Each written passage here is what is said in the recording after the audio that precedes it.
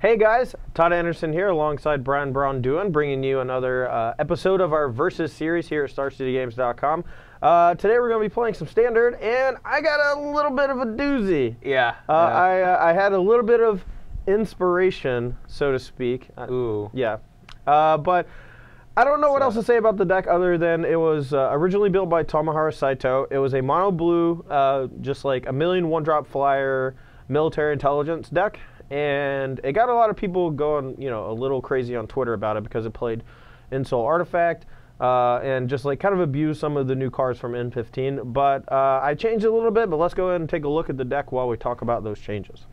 So, as you can see, I'm not playing quite as many one-drops. I'm not playing Gale Rider Sliver, not playing, 4 copies of Fairy Imposter. I'm not really trying to abuse the fact that we get to play Hall of Triumph. I'm sort of just using Hall of Triumph as an extra artifact that you can Insole Artifact, but also kind of make sure crappier early drops a little bit better.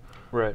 This deck is centered around Springleaf Drum because it does play Disciple of Deceit, and this 2-card combo allows you to kind of filter through your deck, discarding extra versions of like Cloudfin Raptors, Judge Familiars to go get removal spells and Ulcerate. It allows you to discard extra copies of Insole Artifact to go get like an ultimate price if you draw too many or like not enough artifacts to go along with it. It allows you to even discard an Illusory Angel to go get Daring Thief if you have a Springleaf Drum already in play, and then you can start trading your Ornithopters for their Pelucranos, for their random other gigantic creatures. One cool thing about Disciple of Deceit is that it said you must discard a non-land card to tutor with it.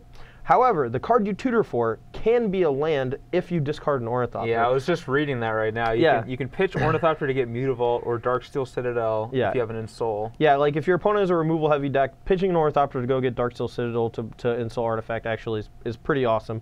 But the rest of the deck, as you can see, we are Cloudfin Raptor, Judge Familiar, early drops very similar to the Mono Blue Devotion decks, and we kind of use that to help turn on Military Intelligence as well as let you cast Illusory Angel on like turn 3 or 4, assuming you have drawn a Springleaf Drum. I think one of my favorite plays that I hopefully get to make with this deck is turn 1 Springleaf Drum, and then turn 2 cast Ornithopter, use Springleaf Drum to cast Illusory Angel.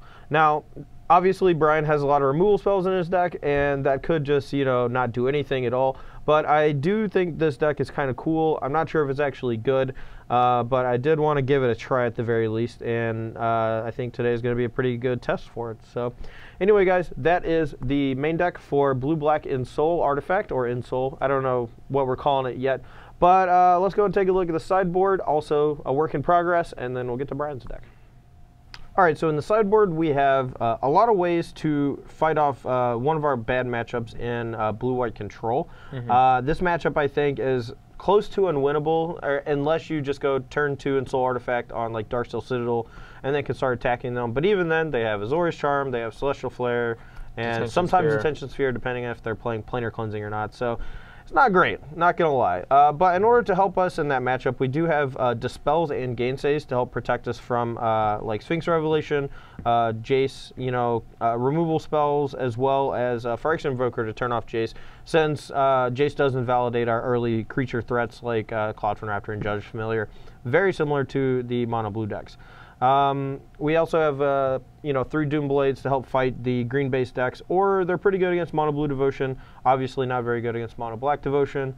I'm not sure how kill that Mutavault. Yeah, I'm not sure how they're gonna do today against Brian's deck. He does have like Brimaz and some targets for it, like especially after sideboard with Banisher Priest. But I think I'll just have to see more of his deck before I make that decision. And then finally, 4 Thoughtseize, which come in when you just want to disrupt your opponent's hand. I couldn't think of anything better than Thoughtseize, and I didn't really want to play a main deck because I think that's boring with a new deck. So, yeah, you want to get you want to have as many synergies as possible and worry about like the filler cards later. Yeah. Anyway, guys, that's Blue, Black, and Soul. Let's get to Brian's deck.